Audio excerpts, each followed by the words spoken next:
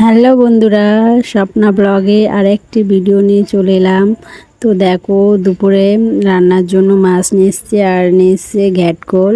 আর এদিকে দেখো পাগলও চলে এসেছে হাট থেকে।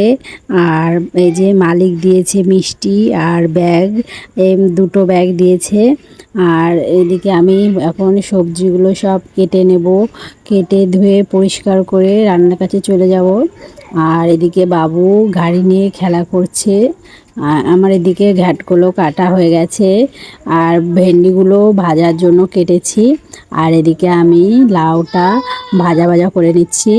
আর আমি দুপুরে রান্না করেছি দেখো, ভেন্ডি ভাজা, ঘ্যাটকোল বাটা, আর লাউ ভাজা, আর মাছের ঝোল। তো দেখো, দুপুরে খাওয়া দাওয়ার পরে আমরা চলে এসেছিলাম ঈশানের মাসির বাড়িতে।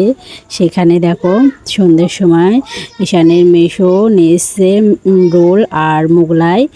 আর বাচ্চা দুটো খাবে রোল, আর আমরা খাবো মোগলাই। তা বাচ্চা দুটো রোল খাচ্ছে, আমরা খাবো মোগলাই। তা খেয়ে দিয়ে এখন আমরা বাড়ি চলে যাব।